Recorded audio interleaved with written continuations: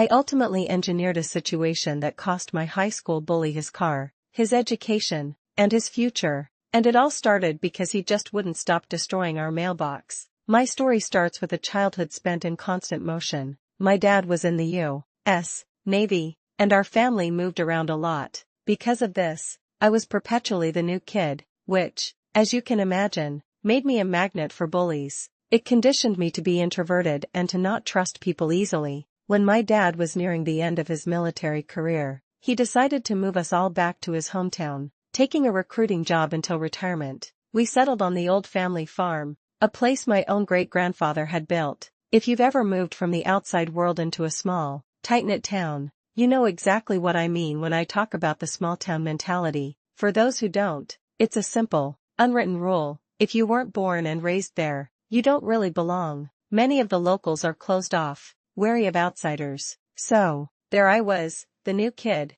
an introvert, and an outsider. I was practically wearing a sign that said "bully me." For the most part, I managed. I had bad days and got into a few fights, though always in self-defense. Eventually, as we all got older, most of the kids matured and left me alone. This was especially true after they learned my great-grandfather was one of the town's 4 founding families, a fact I never cared much about, since these were the same people who had treated me like dirt for years. But this story is about one kid who never grew up. We'll call him Kyle. Kyle made it his personal mission to torment me. Every single day, he would track me down just to tell me how worthless I was. He'd call me a dumb farm boy who would never amount to anything but a loser. He'd say things that were genuinely disturbing, like, "I know you're going to be the one who shoots up the school someday, and when it ends with your suicide, I'll be the one cheering." He clearly had some deep-seated issues. One time, I came to school to find he'd smeared toothpaste all over my locker. Tracing out the combination,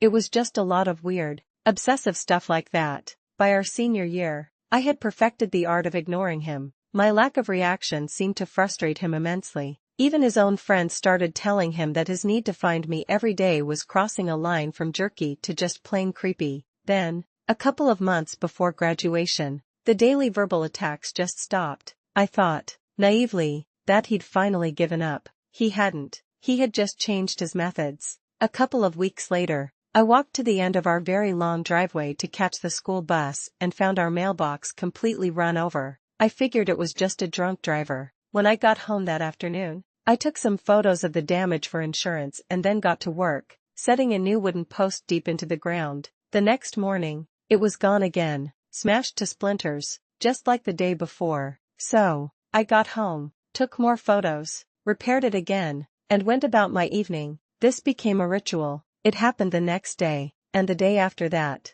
For 2 solid weeks, Monday through Friday, our mailbox was destroyed. My parents reported it, but with no proof of who was doing it, nothing could be done. He thought he was being clever, escalating things in a way he believed couldn't be traced back to him. He was completely unaware that this very shift in tactics would be the very thing that would lead to his own downfall. After 10 destroyed posts, I'd had enough. It was time for revenge. That Saturday, I got up early. I went to the end of the driveway and dug a hole, 2 feet wide and 6 feet deep. I filled that hole with fresh cement. Into the center, I sank a 10-foot section of the original cast-iron water pipe from the old farmhouse, burying 6 feet of it in the concrete. For good measure, I filled the remaining 4 feet of the pipe itself with concrete, too. I mounted the new mailbox on top. Crucially, I had looked up the regulations. I made sure the box was the proper distance from the road for safety and loaded the post with reflectors. I knew people had gotten into serious trouble for setting up dangerous mailbox traps, so I made sure mine was technically legal and highly visible. Monday morning arrived.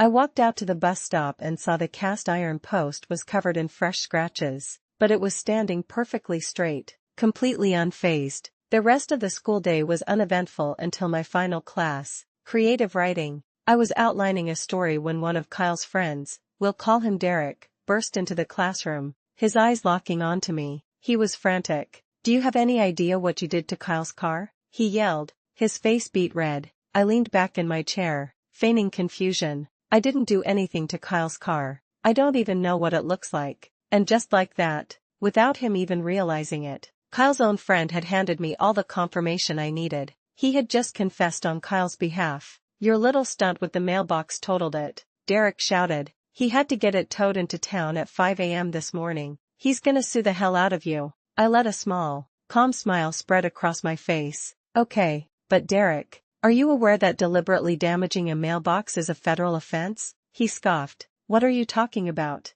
You don't legally own your mailbox. I explained slowly, enjoying the moment. It's the property of the post office, so when you destroy a mailbox, you're destroying government property. So what? He shot back. He'll get a little fine, but you're gonna pay. I chuckled. Oh, no, it's not a little fine. It's actually a $250,000 fine or up to 3 years in prison, per offense. And since it's happened 10 times in the last 2 weeks, that translates to either a $2.5 million fine or up to 30 years in prison. Derek just stared, his jaw slack. He then turned and stormed out of the room. A moment later, Kyle himself came marching in, insisting I was making it all up. I simply turned my computer monitor toward him, where I had already pulled up the official federal statute. I watched his face as he read it. The arrogant smirk vanished, replaced by a pasty, frozen horror. The color drained from his face. This revealed Kyle's greatest fatal flaw, his arrogance. He was so convinced of my powerlessness that he never once considered I could,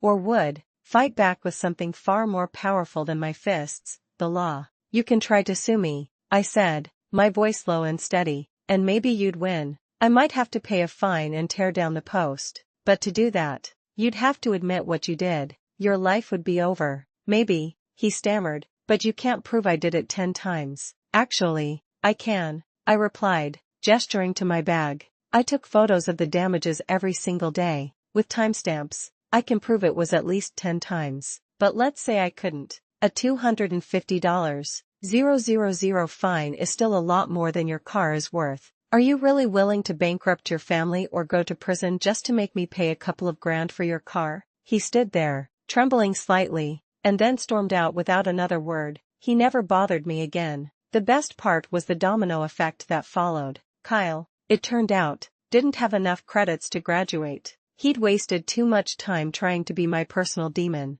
The school shunted him over to an adult education program to finish his diploma, but his car was totaled. His mother, who had bought him the first one, found out how he'd wrecked it and flatly refused to buy him another. Without a car, he couldn't get to his classes and was eventually kicked out for poor attendance. His self-sabotage was spectacular, though not entirely unique. I later heard a similar story about a promising high school baseball player who kept smashing a mailbox with a bat. The owner reinforced it with concrete. The kid swung, shattered his arm, and ruined any chance he had of playing college ball. A classic case of a bully becoming their own dumbass downfall. Without a diploma or a GED, Kyle couldn't get into college or find any real work. His lack of options left him stuck, living in a trailer with his mother, dependent on her and whatever odd jobs he could find. Meanwhile, I graduated, moved on, and today I'm married with a child, living a beautiful life in the Algarve region of southern Portugal. So,